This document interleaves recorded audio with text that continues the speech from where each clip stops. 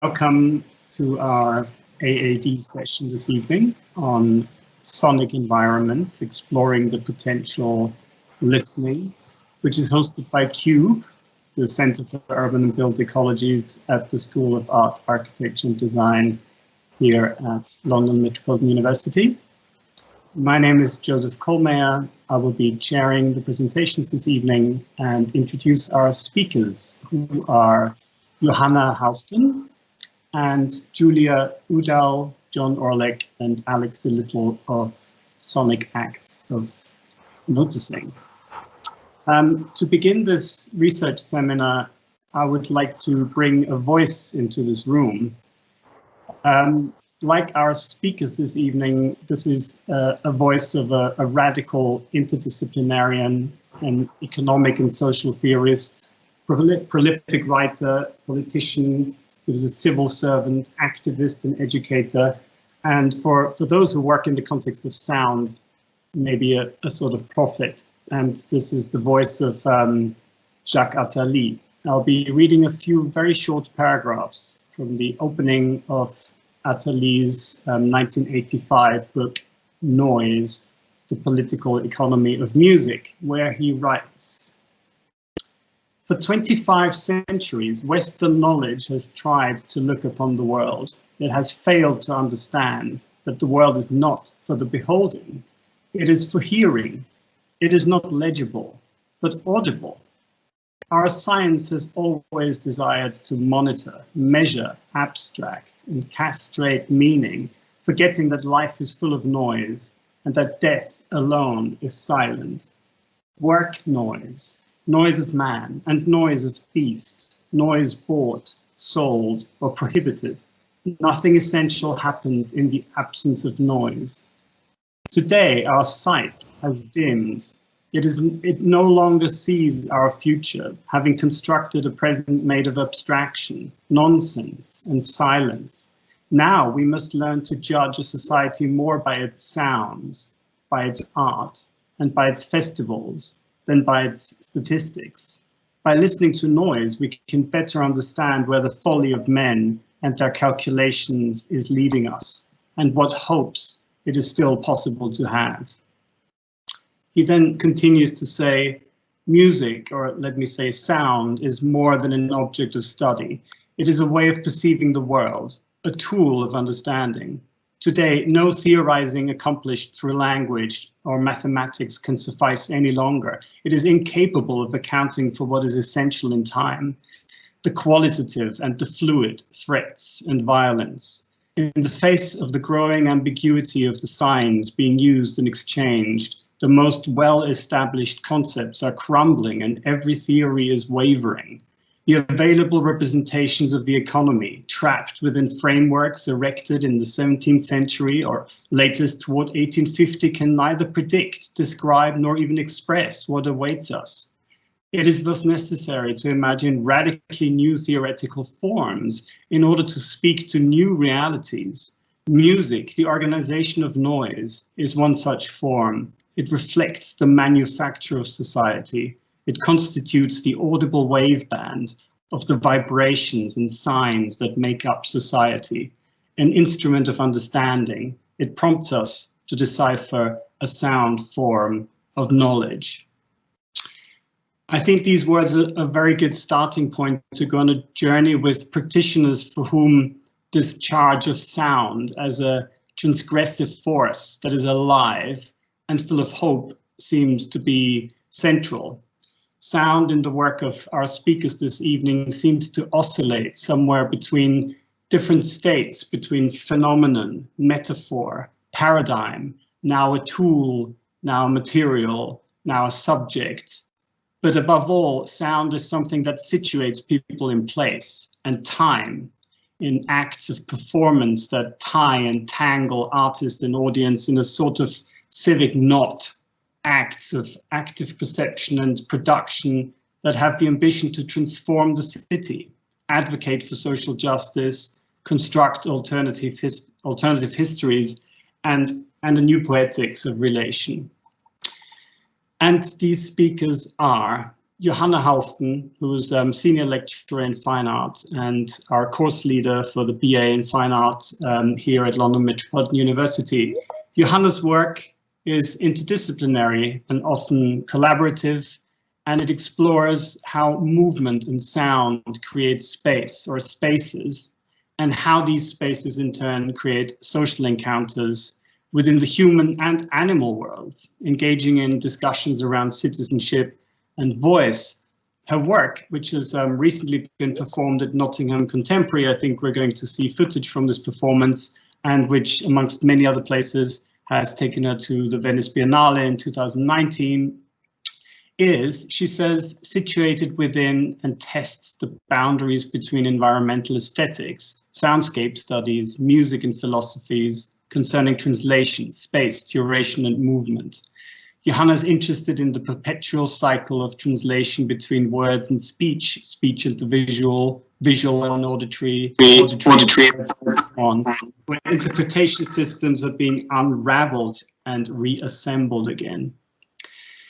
Our second speakers, Sonic Acts of Noticing, are an assembly. It's a project that emerged from the collaboration between two architectural designers and educators, a sound artist and two web design researchers, working together on a project for the British Pavilion at the Architecture Biennale in 2020, that will now be in 2021, and who say that they came together to explore the potential of foregrounding the sonic in the creation of emancipatory spaces.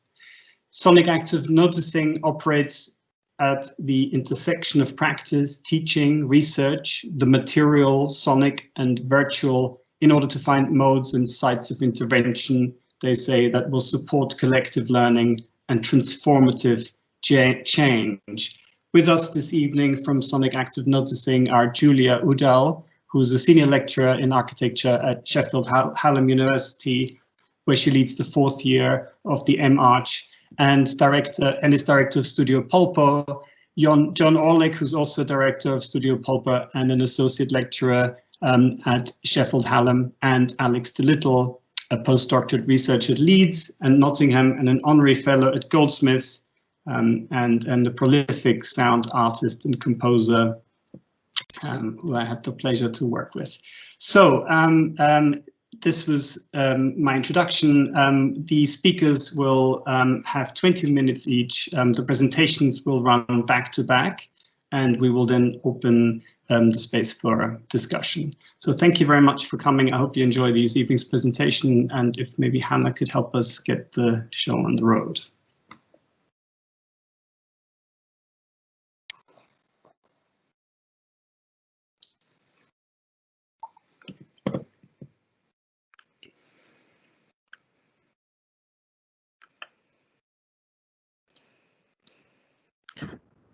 Is that working? Yes, that's working. Yep. Okay, thank you very much, Joseph, for such a lovely introduction to the session. As he said, I'm Johanna Hällsten. I'm fairly new to London Met. I've only been working here for just over a year. I used to be at Loughborough University. And I've invited my colleague, Mary O'Neill, also today to talk to us with me and you all about our Foreignhood project. But first I will start talking about a project that I've been working on called Performing Hekla, and also to give you some background. I don't know, it's not working, it's working. Oh yeah. To give you some background to this project. I don't know what's going on actually. My screen seems to be blinking. Is it blinking for you? It's looking good for us. We see the rupture cover at the moment. Okay. So I just want to kind of give an introduction. So I've been working with sound for a long time. Since during my PhD I started working on that, which was I finished in 2014, so for quite some time now. And listening has in particular been the key kind of part in terms of understanding sound and the sonic world around me. So in almost all of my work, listening plays the kind of main role in trying to understand what it is that I want to figure out about a place or something. So that could either take the form of me working with scores, such as in this piece, or with more kind of landscape and environmental sounds, so soundscapes, where spending time in the environment, which I did for this piece, for very long periods of time is very important to me. So it involves, yeah, a lot of time actually, and being still and moving around, but being still also, and trying to understand the place that I'm finding myself within. So, for example, in 2012, if I can remember right, I did a residency in Portugal in the mountain range north of Porto, in the Gralheira Mountains, which was it's a specific sound residency, art residency, and I was working with one of the villages there.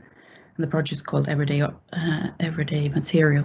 And the problem I had with that project, which I think kind of encapsulates all of my work really, is that I felt very uncomfortable with being a foreigner in this very remote village, which had no amenities really. Lots of people living in very difficult situations. And so my approach to the project had to change completely. I felt that it was completely ethically and morally wrong to continue with the thing that I had proposed to do. And so the project ended up being a series of very small sonic interventions into the space, only using what I could find in the place and repurposing kind of what was there. And yeah, so it's involved kind of a sound walk in the end as a presentation where the audience was taken around the village, listening to what I understood from my conversations with the inhabitants to be kind of the place and what it meant to them. And so from that project, I then got, and alongside this, I've always been really interested in musical notation. I play music myself, not very well anymore, but I intended on becoming a musician a long time ago, but I wasn't good enough to get into the conservatory. So yeah, so I'm really interested in musical notation and how we understand language. And language and translation is kind of the other part of it. So listening and sound, and then language and in its multiple formats. So this project, which has kind of Johanna, should we be seeing different slides? I'm not sure whether. Yeah, I don't know what's going on because I keep pressing on them and they're not working. But I will just play you now. I think before I explain what this is, I'm going to play this video. Let's see if it works. Let me move it on a bit. Can you hear it?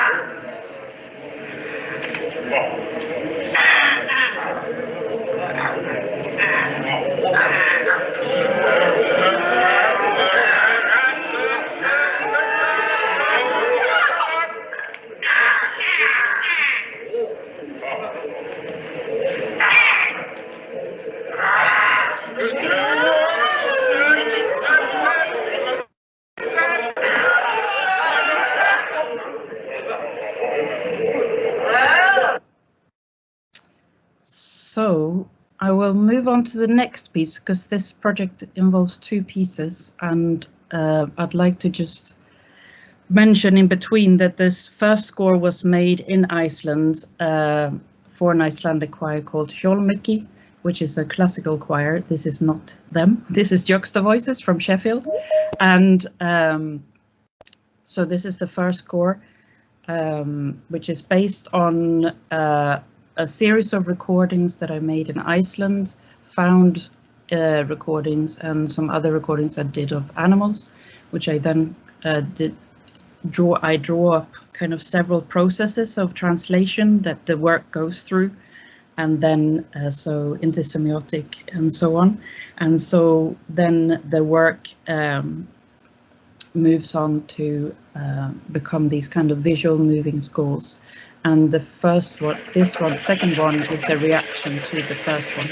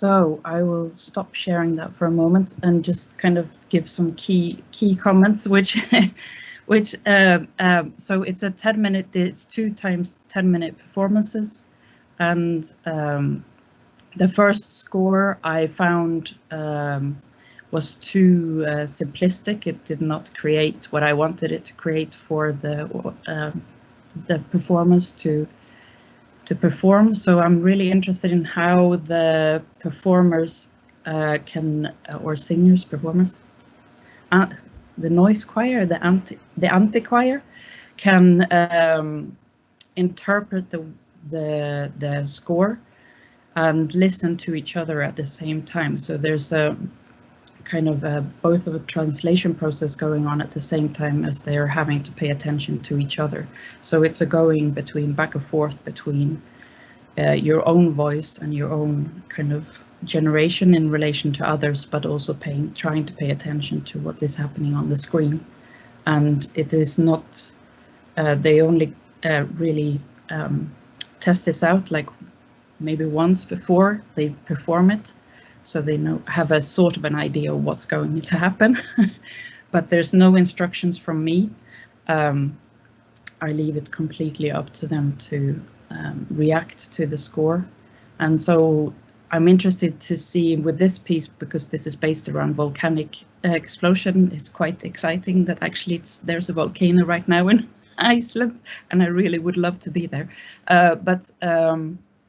Yeah, so I'm interested in also how much of the animality or becoming animal can occur during that kind of experience of being in translation. So they're being in translation the item in front of them is translated multiple times. So there's kind of trying to really break down as many bounded a possibility of a different kind of listening and sharing happening in a different kind of language to occur between them and the audience and the piece itself, I guess, and the space it opens up. They had some really interesting comments afterwards to their experience of performing it, and we're talking about doing some more performances together in the future.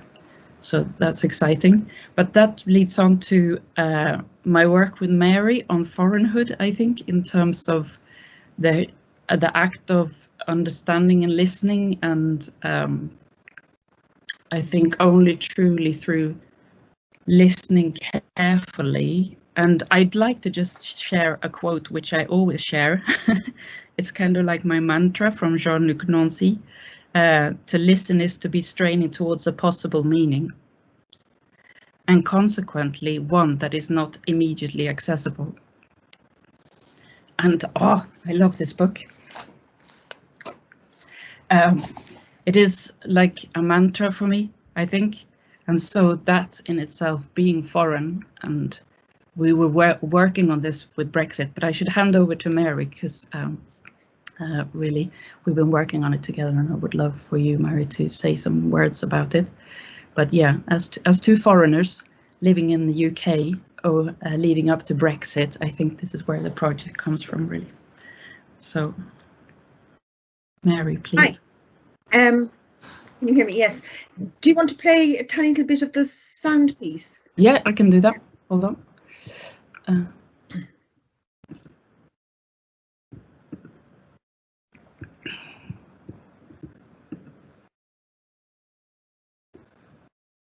Has it started? Du är utlänning. Tågigani. Kulför de vad? 你是外国人。 Du sei straniera. Du är utlänning. Ta tu astronaut. Att zara. Yabancısın. Du bist utländarin. Yuhani Palasma. Tinastranka. Extranjero. وحتى هيئة أجنبي. Tu ert utländiker. Tu pertences här. Tu és estrangeira. Att mulki. Shall I leave it there? Yes, thanks, Johanna. So Johanna and I started working on this piece, as Johanna said, in the run-up to Brexit, and which actually now seems like a very long time ago because other events have taken over in our imaginations. And we were very concerned at the time about how the whole process of Brexit had legitimized certain kinds of racism and racist speech, and so it had actually become quite acceptable to talk about foreigners in a particular way, and we wanted to celebrate the contribution that foreigners have made to British culture and society, and by doing this by recording all of the languages that one can encounter in the UK, although obviously we haven't recorded absolutely every language, but we hoped to represent as many as possible. And we asked people to say a particular series of statements that are based on how one learns a language. So people were asked to decline, I am foreign, you are foreign, and we used the structure of declension because of the rules of learning a language, and one can learn the rules, but that's very different to learning how to speak a language. And also, while you can learn the rules of a society, if you're foreign, you will always betray yourself by not quite getting the rules correctly. The sound recording was part of a series of events, so we went to events in Trafalgar Square and handed out badges to people and asked them to participate in our project and to wear badges that indicated that people were foreign. And obviously this links to to a time when badges and indicating difference had significant political ramifications. And we also asked people for permission to photograph them wearing the badges, and we gave them return slips where they could send us photographs of them wearing their badges. This is the box. We wore these boxes like old-fashioned cigarette sellers in cinemas to carry the badges around when we handed them out in various cities. So do you want to add anything else to that, Johanna? Well, not more than that, you know, I think the thing that's I find really interesting all the time is that even though I've lived here for a long time, over 20 years, I still feel foreign every day. And so, you know, there's something about that which I enjoy, but also is problematic. And I think it's become even more so after Brexit. Even though currently the pandemic might be masking some of that, I still think it's very much there. And there's something interesting about these everyday spaces, like, you know, we walk around to our local community, and I have a 4-year-old son and I tend to speak Swedish to him. But I often get shouted at for doing so, thinking that I'm from a different country than Sweden. And then I point out that I'm Swedish. Does that make a difference? And usually it doesn't. But and so there's, you know, I think we're still working with this project, but there's something about this kind of careful listening that is needed, and more so now than ever, I think, and for allowing for that difference to take place and for an openness to take place. And just to add finally, one of the really nice statements in the introduction was about the idea of sound as being a way of perceiving the world. And one only really becomes aware of one's accent when it's not normal, when your accent is out of place, when your accent is different, and suddenly your accent becomes a different way of you perceiving yourself in the world and perceiving others. And for some people, their foreignness is immediately obvious by physical features, but for other people, their foreignness only becomes obvious when people listen to them and when their accents become apparent. So that listening is really key to identifying you as different. In the background to the piece is the sound of King's Cross Station as a point of entry for many people into the UK. And you can hear the beeping sounds that are associated with moving luggage and barriers opening and closing. And we thought the relationship between the speech of foreigners and these sounds of accessing a country, of entering a country, created an interesting juxtaposition. Yeah, I think we should leave it at that. Yeah. Thanks, Mary. Thank you so much, Johanna. Thank you so much, Mary. I'm sorry that I haven't had an opportunity really to introduce you, and it was great to hear this contribution from both of you. While our next speakers get ready, I think it's interesting to see that active translation seem to be at play here, both with the affordance of the environment and its sounds and the birds and objects, and coming to terms with having to translate the world, and then translations between languages. And I've recently had a really strong interest in the idea of creolization and doing readings with architecture students of Clisson, and how language is constantly being transformed, and how this seems to be, you know, of course, a good sonic act of resistance against the stratification that occurs in the way we tend to see and perceive the world. So thank you so much, and I hope we can come back to some of these ideas after our next presentation. So if I could invite Sonic Acts of Noticing to take the stage.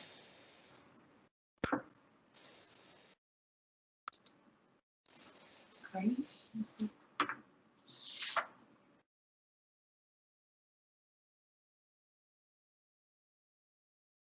Are you ready,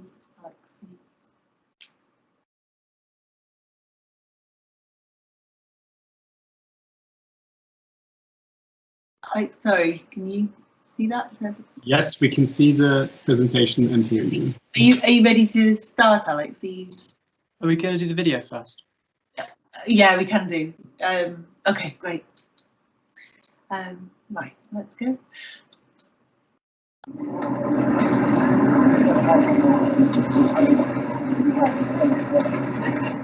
Sonic Acts of Noticing is a tool for careful listening. It offers a way to rethink and remake urban space by drawing attention to forms of collectivity and in supporting productive and agonistic relations.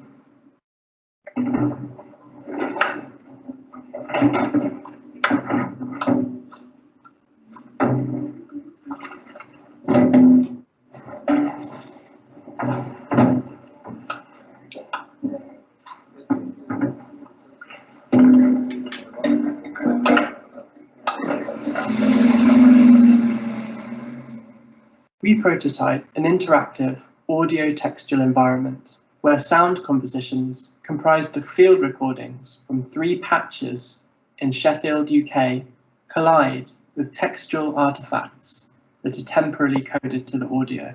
Provocations, quotations, and critical and journalistic writing subvert, amplify, and dissonate listening in relation to your navigation of the site and spaces of the street, opening new possibilities and configurations.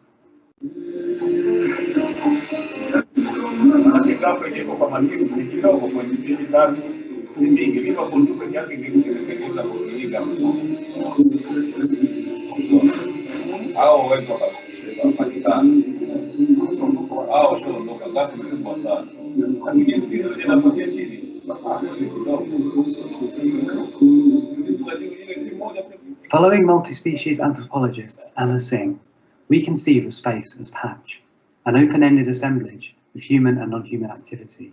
Listening allows us to enter into this patch with curiosity and openness. Yeah, this is our new donation pot. Right. Hello, Paul.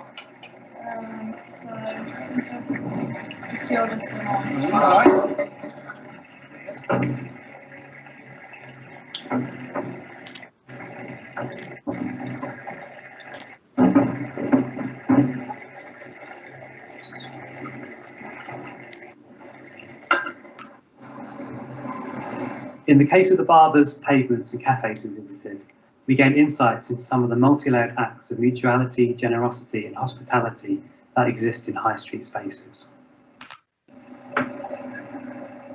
We will use this website to initiate various forms of collective and personal listening, recording, responding, re-listening and publishing with and from this patch in ways that support creative and critical approaches to design and spatial practice. Listening operates as a way to gather publics and pay attention to social relations without assuming their composition. It offers a different point of departure for processes of design by interrupting images and preconceptions of how space is constituted. Listening is produced as care for an entangled world.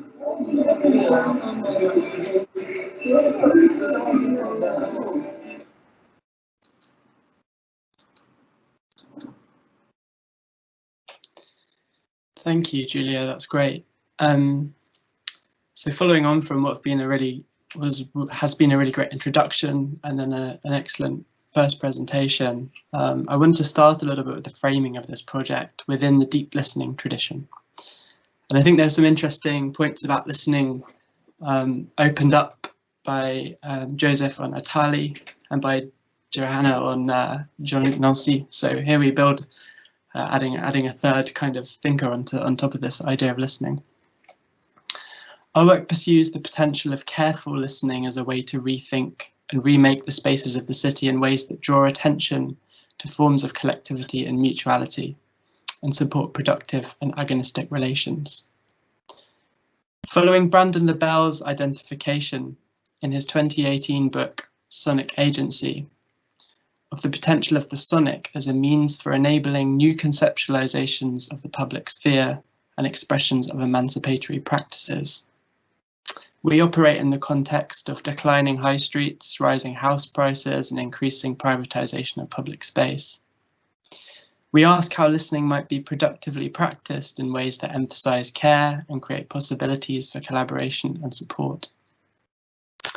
Our work takes inspiration from the deep listening practice of Pauline Oliveros. Deep listening is a practice of judgment-free attentiveness to the entire space-time continuum of sound, including presently perceived vibrations, memory, and imagination. Developed as Oliveros' life practice, deep listening brings together diverse groups of people to practice listening in diverse contexts through meditation, improvisation, dream work, and body work. We're talking very much about this activated state here, beyond hearing, this sort of blocked form of sonic perception that Atali points to. We're very much existing in this activated state in deep listening, as Nancy said, straining an approach to that which is not immediately accessible. Deep listening draws out through workshops and through group sessions what is experienced through these acts of listening, using practices of recording, journaling, and discussion. This practice of oral sensitization and reflection intends to expand awareness and empathy towards an entangled and interdependent reality. In Oliveros' own words, our world is a complex matrix of vibrating energy, matter, and air, just as we are made of vibrations. Vibration connects us with all beings and connects us to all things interdependently. May we have the next slide, please, Julia? At the heart of deep listening, as far as I perceive it, having recently completed the deep listening certification training with the Rensselaer Polytechnic Institute in New York, is an intention to move against the atomization and separation that capitalist and globalist social, political, and economic forces give rise to, and to create space for community building, empathy, and understanding through listening and sonic practices. So here goes a bit of our framework that underpins this project, using a few quotes from Oliveros herself. And this book is Sounding the Margins, which is a kind of a collection of the last collection of her writings before she passed in 2016. The devaluation of hearing through unconsciousness and ignorance has caused a serious imbalance in the quality of life. Suppression of listening is a consequence of this imbalance. Separation and alienation result. How we attend to this imbalance will have a profound influence on the future of human values. How we use the power of sound and music affects our values. May we have the next slide, please? Oliveros goes on to say, I began to center myself with the work I was doing with sound sonic meditation, feeling that people needed connections, interconnections, rather than separation, in order to play together well, for one thing, as musicians, but also to be together well as human beings on a planet that is shared by all. And the next slide, please. She goes on, in the long term, I think we can evolve and expand our consciousness through changing our habit patterns, changing our habitual responses. Because if we are scared and do not move through the boundaries, again, these boundaries that Jacques Attali points to, or open up new territory like the pioneers, we lose our chance for living in enjoyment and pleasure rather than in terror and separation. So in this project, we intend to engage these atmospheres and intentionalities of listening, which are engendered and generated by deep listening. We want to use this as a way to become aware of the fact of our entanglement and interdependence, or as Timothy Morton describes it, the symbiotic real. We're interested in the possible affordances of an entangled oral attunement, the opportunities for care, support, and mutuality that there may be. What we offer is a tool that provides collisions between recordings and writings, but offers the possibility to simultaneously listen to spaces and get inside other people's listening experiences of those spaces. We're interested in how the sonic impressions may in turn foster practices of listening in the world and offer starting points for practices of design and beyond. I'm going to hand over to Jon now, who's going to talk to you more about the tool that we've developed. Thank you. Thanks, Alex. So, as Alex suggested, we see our website as a tool, and it was really interesting to hear, Joseph, you kind of frame sound as a tool. And I suppose we see the website as a pedagogical tool, as a tool which is changed by what it encounters, and also a prototype, a tool which is changed by other disciplines and groups that we work with. So as you saw in the video, the website brings together writing from different listening and journaling practices. In each patch, there are 3 strands of writing, and these relate to 3 imperatives which emerged from our group and personal listening. So for Food Hall, which is one of the spaces which is currently kind of live on the website, these imperatives were around collective subjects, precarity and interdependence, and expanding commons. We hope that the multiple overlapping artifacts that you saw on the introductory video encourage an active engagement with the website. So visitors can trace a unique path through each patch, which cuts through the 3 different strands of writing. And by reading, ignoring, adding to a library while listening, a kind of active engagement is sort of facilitated. And in this kind of active engagement, we see our project as a tool for careful listening and engagement with high streets and the spaces of the high street. It's a tool which amplifies and theorises acts of care, hospitality, reciprocity, which can be found through listening with high streets. So I suppose coming back to the kind of different ways in which the website is a tool, as a pedagogical tool, the website provides ways of developing a practice of listening. It's a way of practicing some of the deep listening that Alex has introduced and in relation to high streets. And the site has been created through our own kind of learning and practicing of listening. So Alex has introduced Julia and I, who come from the discipline of architecture, he's introduced us to these methods, and we've been learning together across disciplines between sound and architecture. And the site opens this process up to others. And here the end listener is abstract or not known to us. And the downloaded artifacts that find their way into the library are the only trace of their activity. This is what you can see on the screen at the moment. It's an example of the library in 2 different kind of sequences. So the website will continue to change and be changed by what it encounters, which I think also ties in with sonic theories. Although the tool resulted from our collaborative working across sound and architecture, it isn't fixed by this initial collaboration. So the site has been designed so that new patches can be easily created. We draw from Anna Singh and think about how the tool transforms through encounter or contaminates. Thinking about Anna Singh and the way in which she describes collaborative survival as contamination. And the website finally is a prototype. We're interested in how the different user groups or disciplines transform it. This might be students from architecture and music, or building professionals involved with high street design interventions, just to kind of throw a couple out there.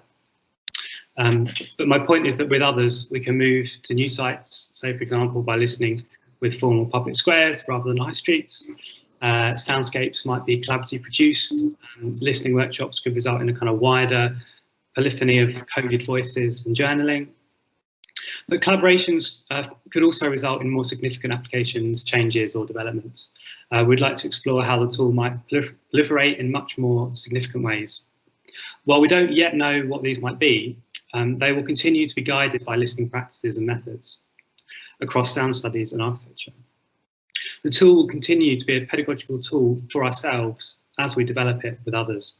So we see these 3 different kind of ways in which the site is a tool are interconnected. Over to you, Julia. Great, thank you. Yeah, so I just wanted to close our contribution here by saying something about the production of space. Firstly, how space is created by careful listening, what is assembled through this, and what is brought into relation. In this project, the source of the sound is not visually represented, and this potentially prompts a deeper engagement in which the listener seeks to orientate themselves in trying to understand what is generating the sound, but can also fly off into dreamlike spaces of the imagination. Pierre Schaeffer terms this the acousmatic. Sonic theorist and practitioner Brandon Nobel explores this idea spatially. He says, there is no particular body or space to which the acousmatic sonic object is contextually bound. Rather, it circulates to incite a sonic imaginary, a form of listening which accentuates sound's capacity to extend away from bodies and things, and to request from us another view onto the world, one imbued with ambiguity. So rather than space being extensive, fixed and bound, listening produces space as intensity and as an open-ended assemblage with porosity. The political, social and ecological are entangled, and the hard boundaries between the human and non-human that predominate visual representations disintegrate.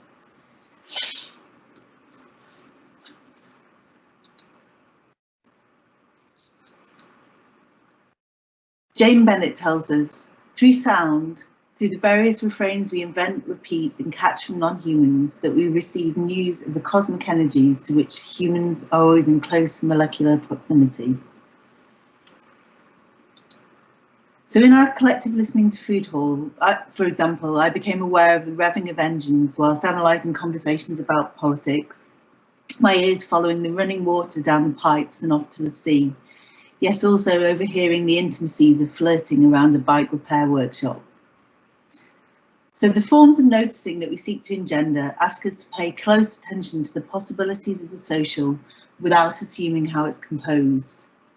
In their recent work, To Tend For, to Care With, 3 pieces on listening as method, A.M. Geiser suggests, because we are never just one thing and no encounter is just one thing, listening is a practice composed by and through difference. Listening tells us there are infinite ways that encounters happen and infinite interpretations. What listening does is offer a pause for these variations to be tended to. It creates an opening for suspension, being with. It gives no answers and offers no absolution. There is no end or conclusion to be drawn. So, whoops, sorry. Return to that last slide. Okay. So, one aspect of thinking about social space is understanding the assembling of publics, of opening matters of care. And a key text for us in developing this work has been A Force of Listening by Lucia Firth and Claudia Farinati. In this, they explore feminist listening circles as important social spaces that bring together the personal and political. They ask how to create the conditions for listening. The recordings we made for this project are from spaces that we've had long relationships through kind of going along as kind of part of kind of audiences or kind of friendships, through research, through teaching and practice. And we're therefore interested in what creating the conditions for listening may offer these specific spaces and others where future recordings might be made. How it might help us create different points of departure, different gatherings and different possibilities. So finally, I wanted to speak about how we understand space in relation to the website as a tool that we've designed together as web developers, graphic design artists, architects and kind of sound artists and researchers. And really thinking about this, the process of navigating the website is productive of space, and each listening, each engagement with the various artefacts produces this differently. The artefacts consist of transcriptions of audio recordings, collective responsive journaling carried out through shared listening and re-listening, episodic essays that respond to concerns generated through personal listening, and provocations that seek to interrupt or challenge. Artefacts produced through these multiple practices of listening appear on screen coinciding with the audio. They act into the space of listening. Rather than representing the listening or the high street spaces, it's co-constitutive between the sonic composition, the virtual space of the website and its writings, coding and structures, the personal navigation of the listener within certain structures but also contingent, and the high street spaces in which the recordings were initially made. Each listening produces space anew, the arrival of the artefacts and the processes of production, the affordances of the website, the contingent navigation of the visitor and their personal response, the sonic compositions are all part of this production of space. We can understand the spatial practice of listening is operating in many ways. Al Wiseman asks us to see spatial practice as the kinds of practiced by rather than on spatial things that slow into form. In this process, tools and materials are not passive, waiting for the designer, performer or artist to act upon them, but rather spatial agents in their own right. So we wanted really just to kind of finish with a series of questions that are kind of emerging for us at the moment, and maybe we can talk about this a little bit more. But Jon kind of touched on some of these as well. So how might different contexts help us evolve this kind of prototype of a tool? What might be the possibilities for deploying it within different disciplines? And finally, how might it proliferate? Thank you.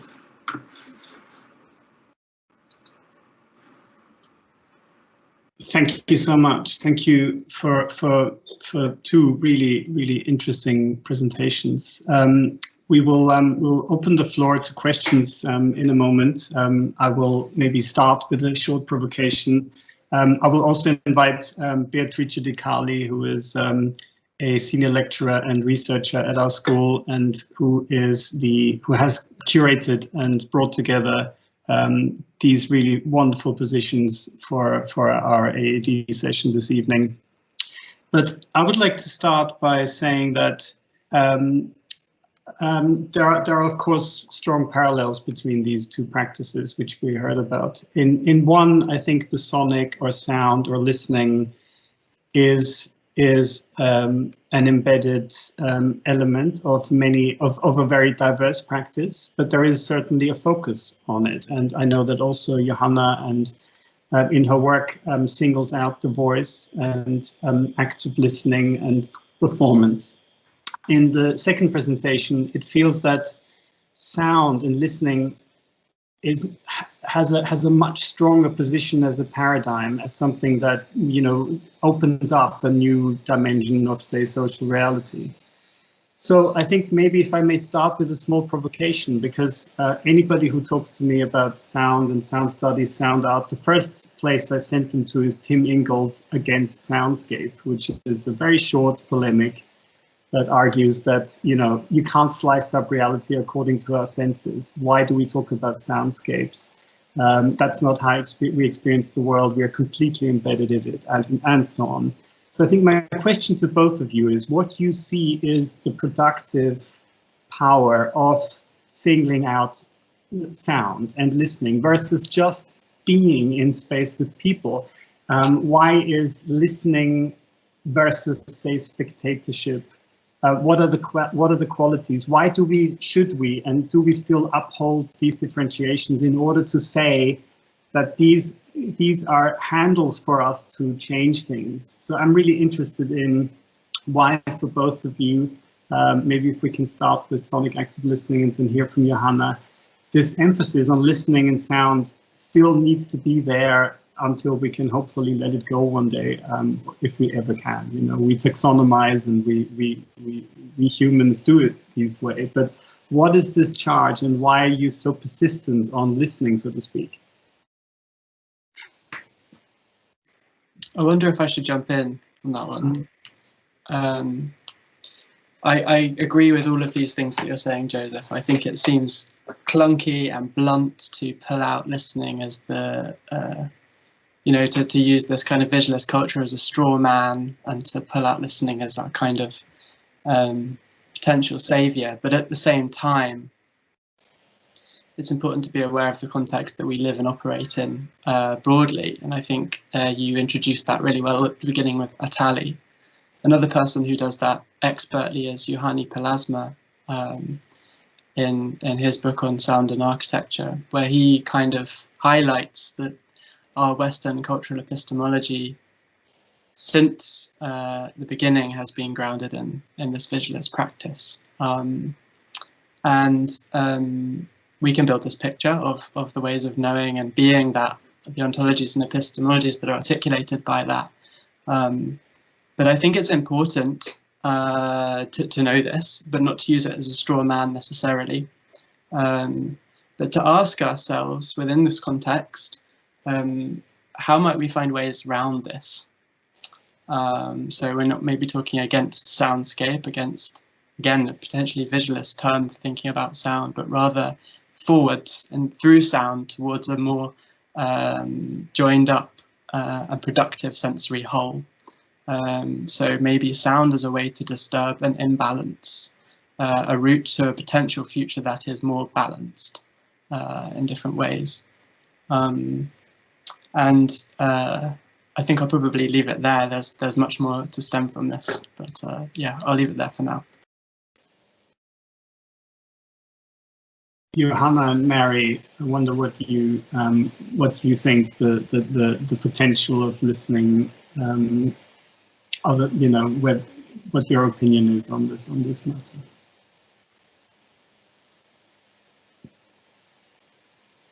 Well, I agree with yourself and Alex.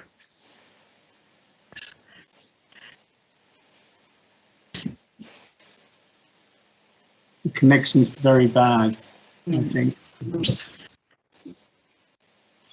Sorry. So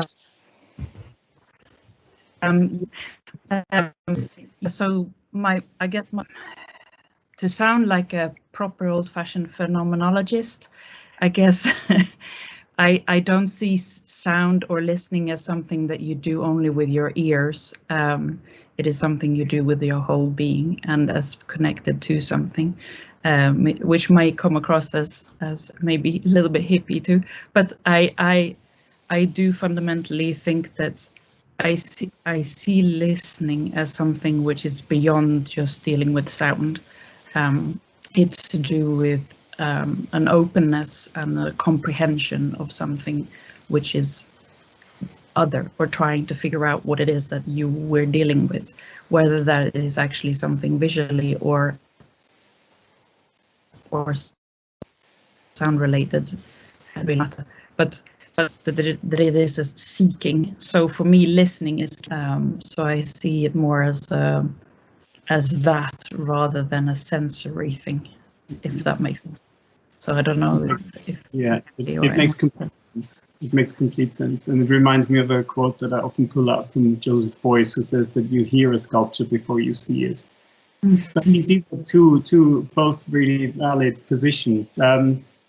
One last question for me, maybe more in response to seeing people with microphones and headphones, and maybe also in response to the names of the authors and critical voices that keep reappearing in this context are now, it feels like we need a new literature of very contemporary thinking about sound. And seeing the microphones reminded me of what it would be like if we applied, say, Ariella Azulai's idea of the imperial shutter to the recording machine. So, to the actual act of recording voices and working with sound in a recorded form, and say Azulai's critique of photography as an imperial practice, the shutter and so on. You're nodding really, really strongly. So maybe Julia, you can you can say something about this.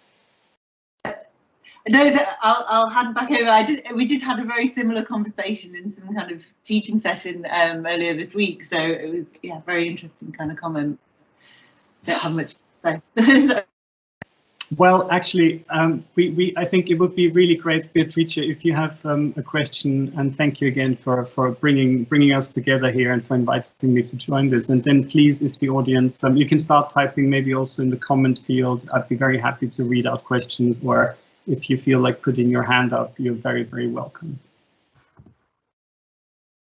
Thank you, and thanks everyone for the presentation, for sharing your work. Like, it's really fascinating, and I'm someone who's very new to the world of sound in that sense, and then to much of the literature and the references that you were mentioning. But something I'm extremely interested in all of your work is the relational aspects of what you were talking about, and this notion of listening together, and what that might mean. And then I think in the case of Johanna and Mary, I was actually quite touched by what you were mentioning on the Foreignhood project, as obviously I also can relate to everything you were talking about in terms of, how our voices reveal about ourselves and also put us in a position in relation to others, and particularly in our context at the moment. And obviously, Julia, Jon, and Alex, you've been talking extensively about the sort of the fact that this project is organized around ideas of attentiveness and care and collaboration. So for all of you, so I was wondering if you can just tell us more about the collaborative aspects of your work and somehow how, like I'm really curious to hear about how this also practices of listening together and listening to each other have also shaped relations for the people that have been involved with you in the projects, and sort of I've been curious about what has been the effect of this on, say, the barbers that you were working with and listening with together, because I imagine you're also bringing a new lens for all of these people that are involved with you to look at, well, to listen to themselves and to engage with their own presence.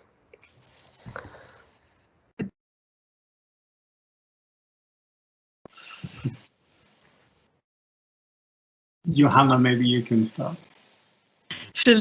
I think, but maybe both me and Mary have something to say about this. I don't know. I think, yeah, Mary, do you want to say anything about the foreignhood? Yes, well, I'm not coming from a sound art background. I'm coming much more from socially engaged art practice. So for me, the collaboration was interesting because of being able to work with a sound artist, which gave me a whole new medium through which to express ideas about the politics of sound. We were really interested in ideas like, for example, Bourdieu's idea of habitus and how small gestures and acts say so much about us, and how these are also signals to other people that we're almost unaware of. So things like accent, particularly in the UK, for instance, accent is incredibly important. But also we were thinking about colonization and languages that have disappeared through the process of colonization. And when you move to other cultures and try other countries and try and retain your accent, your language, because that's so fundamental to your identity, the idea of mother tongue. So for me, it was very much the politics of sound, the politics of voice, and those gestures of speaking for the listener, that they can often respond in a very negative way, or make decisions or judgments based on the sound of a voice, that are problematic. Yeah, I just wanted to add to it in terms of, like, when we asked for contribution to the sound piece, a lot of the people who responded found it quite interesting to try and record themselves saying this thing, and it made them think about even further where they were in the world and where they've traveled to and from, and where the specific location was that they recorded in also, which was quite interesting. So in some of the recordings you can hear their background from where they are at that time, and that kind of, yeah, it was something really interesting about how it, and them also saying it first in English, so we would know when there was a break between the things. So, you know, the editing of it. So that also kind of created a really interesting dialogue for themselves in terms of, you know, hearing their own voice, saying it in English and then in their mother tongue. So, and some of them spoke several languages also as their first language. So it was quite interesting. Is there something Sonic Acts noticing what to say about collaboration, or shall we open the floor to questions? Just a small thing in that we had the very kind of strange experience of our project really happening during the duration of COVID. So the recordings were kind of made, and then this kind of project developed really in response to that context. And for me, I think it was incredibly powerful kind of listening to these kind of social spaces full of kind of sound, all separately, and some of the team we still haven't met in person, and so our kind of relationships have been developed very much through these kind of Zoom call kind of shared listening processes. And I think we're then also at a kind of quite early stage with testing and exploring this kind of tool and taking it back and trying it out because of that kind of, yeah, situation. It's nice to remember that language is a material thing, and that it is out there in the real world. And I hope, Mary, that not just loss, but that itineracy and migration also create incredible new languages. And I hope that we're going to be more and more open to these. I made a little foreign pin for myself in the meantime, and that's a good moment to ask Nicholas Temple, who is a professor at our school as well, and also very, very strongly involved in research, architectural historian. Hello, Nicholas, you have a question. Yeah, thank you very much for the presentation or presentations, which I really enjoyed. Yeah, I've got an observation really. It's not a question, but I guess there are multiple questions that probably come out of it. I mean, the presentations to me kind of raise some, I think, really interesting issues. I mean, I've recently read quite a lot of material on the relationship between nature and culture, and how the question of language seems to sit embedded within this highly problematic relationship or even duality.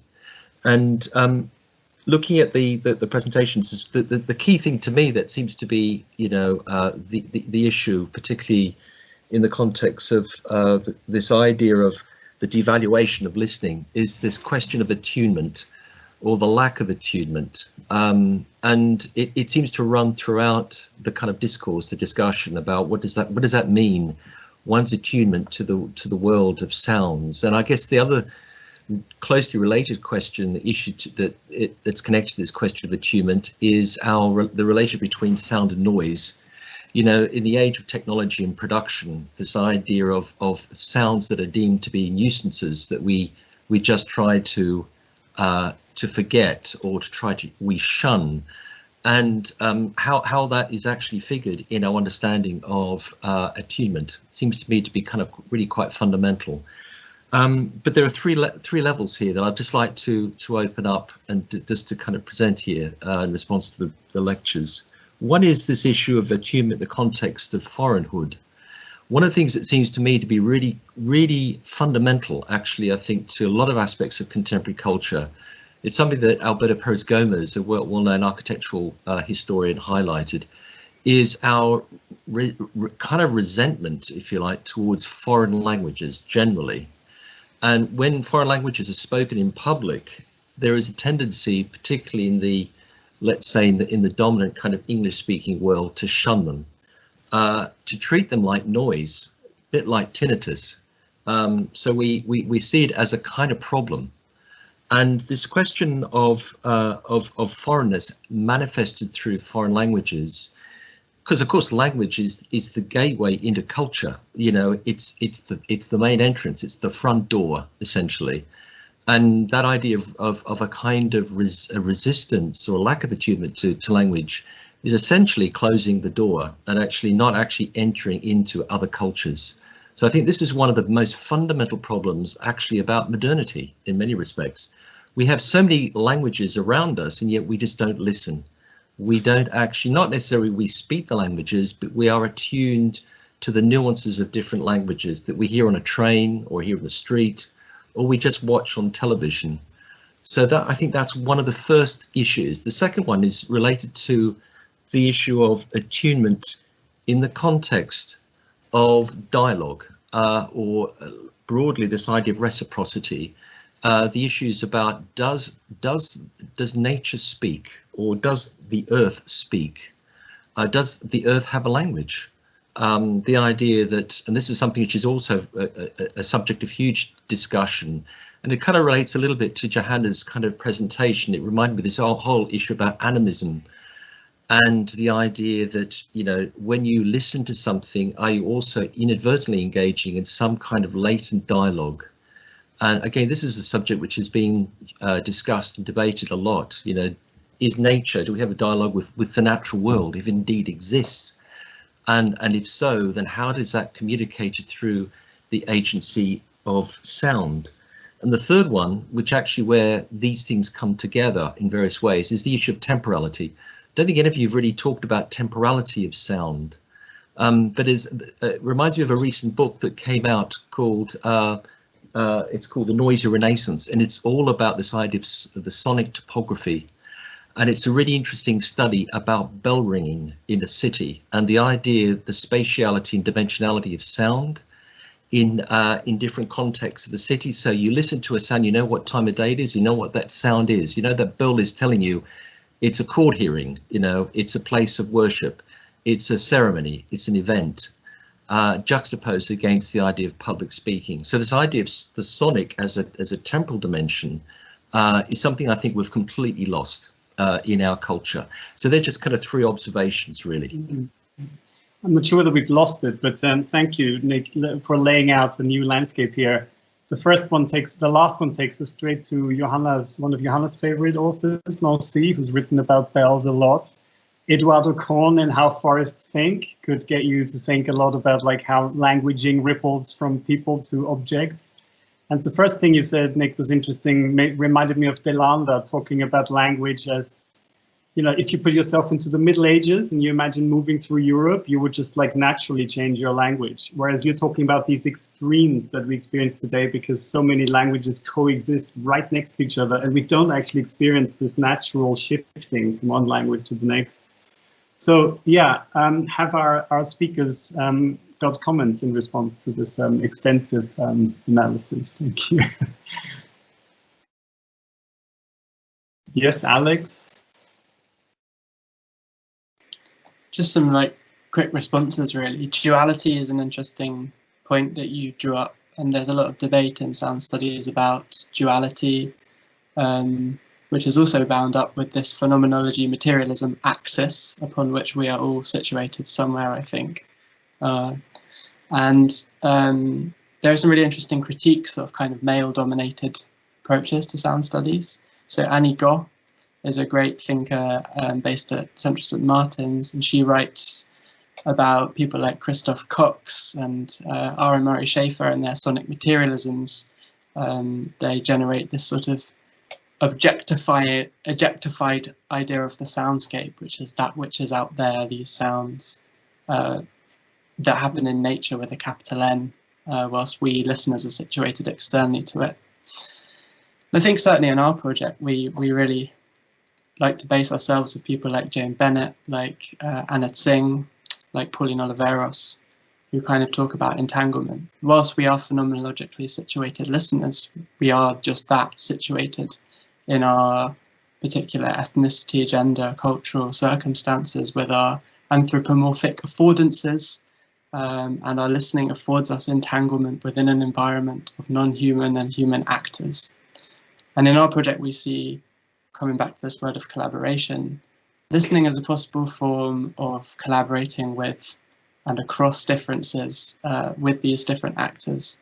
And we see this as a possibility to overhear, to be interfered with, to open up to this world without knowing necessarily what's going to happen. And this is where we come back to this idea of noise. If we hear, we might block out, so that we process information, but in listening, we truly have to open up to the possibility of transformation. We might experience things which are disturbing, which are interfering, which problematize our own position socially and culturally. And this is the thing that we're really interested in doing. And we see this opening up as a way to become vulnerable, but also to work across differences and possibly to survive. I think also on the kind of question of time, I think Anne's thing is quite interesting because of thinking about listening as having components of different forms of memory, so kind of not really thinking about time in that kind of linear sense, but also kind of picking up on different kinds of rhythms and kind of durations of the things that we're kind of listening with and to, and I think certainly in some of the kind of processes of listening that we've engaged with, it's kind of very much about drawing on our own kind of personal histories and memories, but also kind of thinking about the different rhythms of and how they kind of fit together with the different kinds of sounds. I'd like to add that Kathy Lane and Salome Vogelin are very important also in terms of the gendered aspect, and in sound studies specifically, both working at CRISAP or as part of the CRISAP research group at LCC, and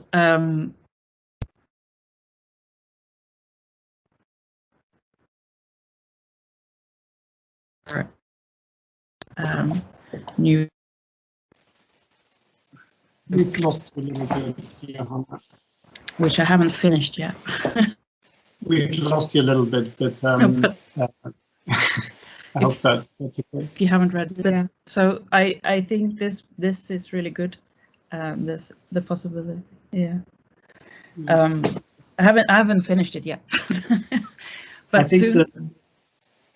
The time and entangled boundness of sound, that actually is, of course, the great challenge of this, and it's the greatest challenge to architects and architecture. Before the audience came in, I said that I was trying to do a field recording school for architects, and all the artists came and no architects came, because actually it is, of course, it opens a big question mark over the material kind of stability of the architectural and urban environment. Have we got more questions from the floor? We would love to hear from the audience if you have questions to our speakers.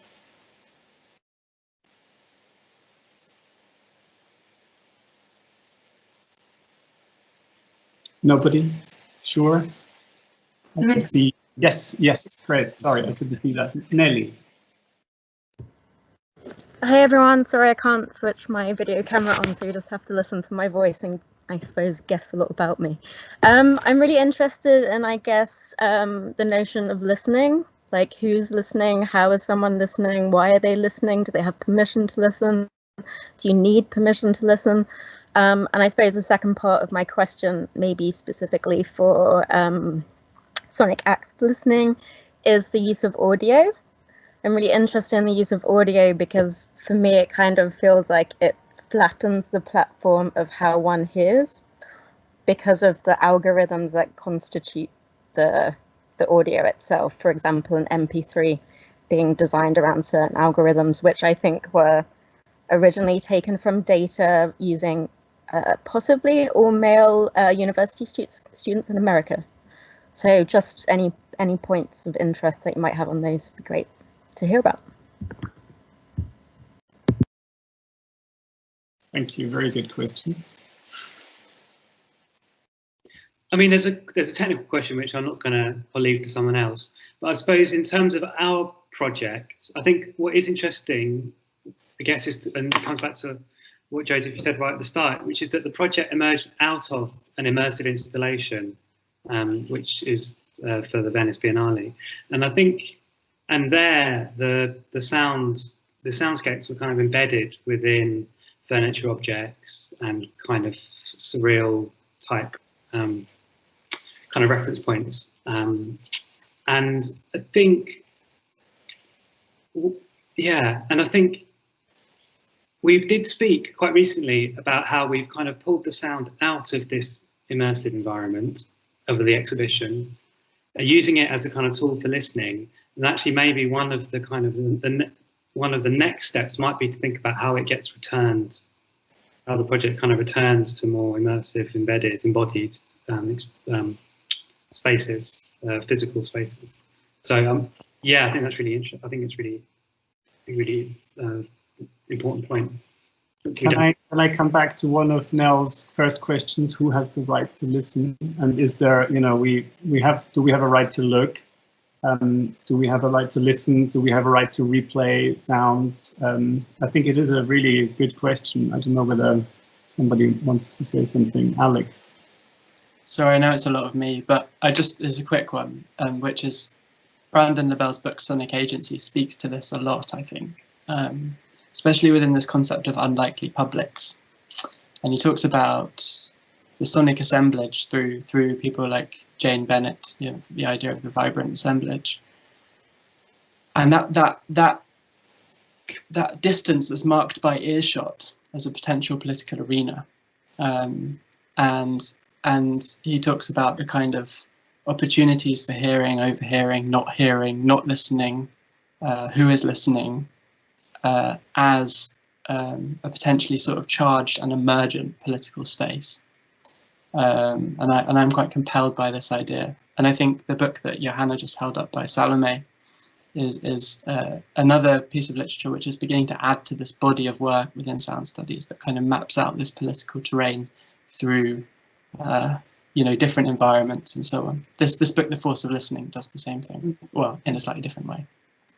Thank you very much, Alex. Yeah, can I just add quickly that I think actually some of this also sort of stems back to Rebecca Solnit's Walking book, because in that she also starts to talk about,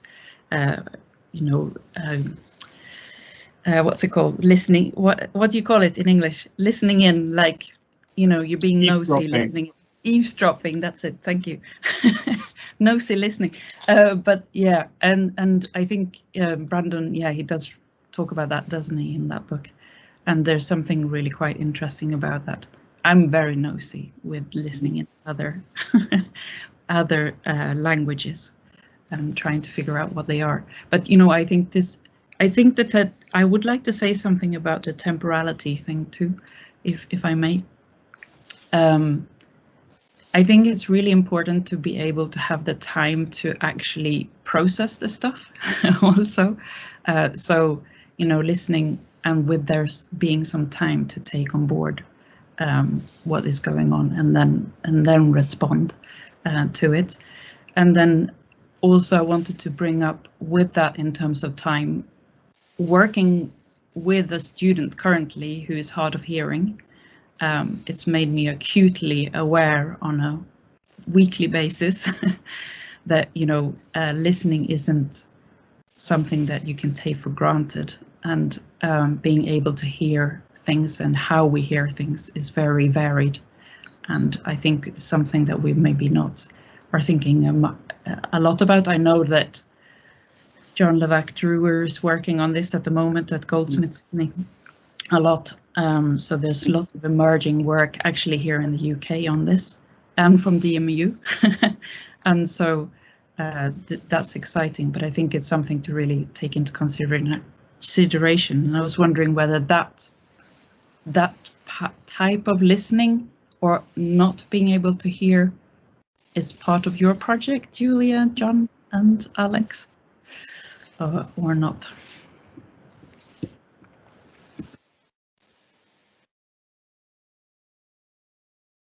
That was a question, and a quite charged one. Yeah, it's good. It's a great question. I wanted to return to your excellent point at the beginning, Johanna, about the way in which, from a phenomenological perspective, you see, feel, touch, listening, and the way that listening, shows you or tells you, etc. And through that, I would return to Oliveiras's position, and she worked, prolifically with this, and this is very much the point from which we depart. I guess, the caveating of the prototype, which maybe doesn't take account of this full spectrum quite yet, but returning back to Oliveiras's work with people like Tariq Atoui, building, sonic instruments that can be engaged with through touch and so on. So I think we are interested in how this prototype might be developed to really encompass this idea of whole body listening that she talks about in her practice. It's like something you should add to your project soon. We have one more minute to go, and I think that maybe leaves us only one last question from Joe, who's been waiting really patiently in the wings, and maybe Nicholas, we might not get to you, but can I invite Joe to turn his microphone on and ask? Hello, hi, thank you. I just, for me, because I can send you a message through the channel, it's just a very simple question. First of all, apologies, because I think I had a technical problem, so I wasn't able to, unfortunately, attend the whole meeting. And the question is, will I be able to have a recording of what happened today, please? And apologies again for not being on time. My Wi-Fi today was not working. Sorry about that. This question is easy to answer, and the answer is yes. There is a recording. Maybe Matthew and Hannah can say something about how and when it might be available to the public. Nick, I just sent you away, but unless somebody else has one more question, yes, there is. Giovanna, you've just put your hand up again. Is that? Sorry, no, I think I don't know how to lower it now. That's right. Thank you so very much. Thank you. So unless there are any other questions, maybe Nick, just like I give you 30 seconds. And Alex wants to say something, but please, Nick, do come back. And no, Alex, you don't want to say something. I was just going to say Matthew had his hand up, I think. Oh, really? Okay. Sorry. I was just going to say that the recordings will be available via the Research Centre website. Excellent, really wonderful. So, okay, Nick, are you still there? I hope you're not. Yeah. I mean, just a very quick observation. I mean, the issue of sorry, I'm freezing as well.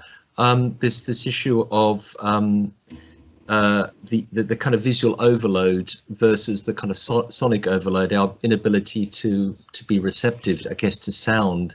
There's a really interesting book, Jonathan Crary's book, Suspensions of Perception, from the 19th century, where he actually explores this question of overload in a culture that's emerging, the 19th century city. And it does make me wonder about this question of, sonic overload, and maybe that the inability to differentiate between sounds and to value sounds, whether it's to do with different languages or sounds that you momentarily listen to, like even the singing, a bird on a tree. But it reminds also to a book I read recently called Silence, A Christian Story. And it's this really interesting study, not of sound, but quite the opposite, or let's say very, very low degrees of sound or of ritual sound in the context of the silence of prayer, and actually the fundamental importance of silence, which is the important kind of backdrop, if you like, to understanding the value of sounds in culture. I think you're reminding us, of course, of approaches in particularly the 50s, 60s, and 70s, including Murray Schafer's studies of hi-fi and lo-fi sounds. Maybe I don't want to be presumptuous, because I somehow engaged in this so deeply and then left it behind, and now I'm back here in this room, and it feels like all of these things look so different suddenly from today's perspective. And we made a reading list back then, and I should add all these things and maybe share it, because today we've mentioned so many books which the audience maybe might want to follow up on. But it is a conversation that still seems to have so much potential in it. And on that note, we're 3 minutes over, and it's been a very, very interesting and enlightening and thought-provoking evening with so many great artists and people here. So if I can first of all say thank you again to Beatrice De Cali for organizing today, and also for Hannah Parr, who is instrumental in upholding the support structure that makes all this possible. And a thank you to Johanna Hällsten and Mary for speaking this evening, and a thank you to Sonic Acts of Noticing, who are Julie, Jonathan, and Alex. We're looking forward to your project at the Biennale. I hope that we can all go there and be cultural tourists as long as we can go, and have good food somewhere in a warm place at some point soon again, hugging each other. So it was really lovely to see you all. Thank you very much for coming, and I wish you all a good evening, and I hope I'll see you soon again. And I'm going to go into the foreignness of this evening now. So thank you again. Thank you, Joseph, for. Thank you very much. Really enjoyed it. Thank you. Take care.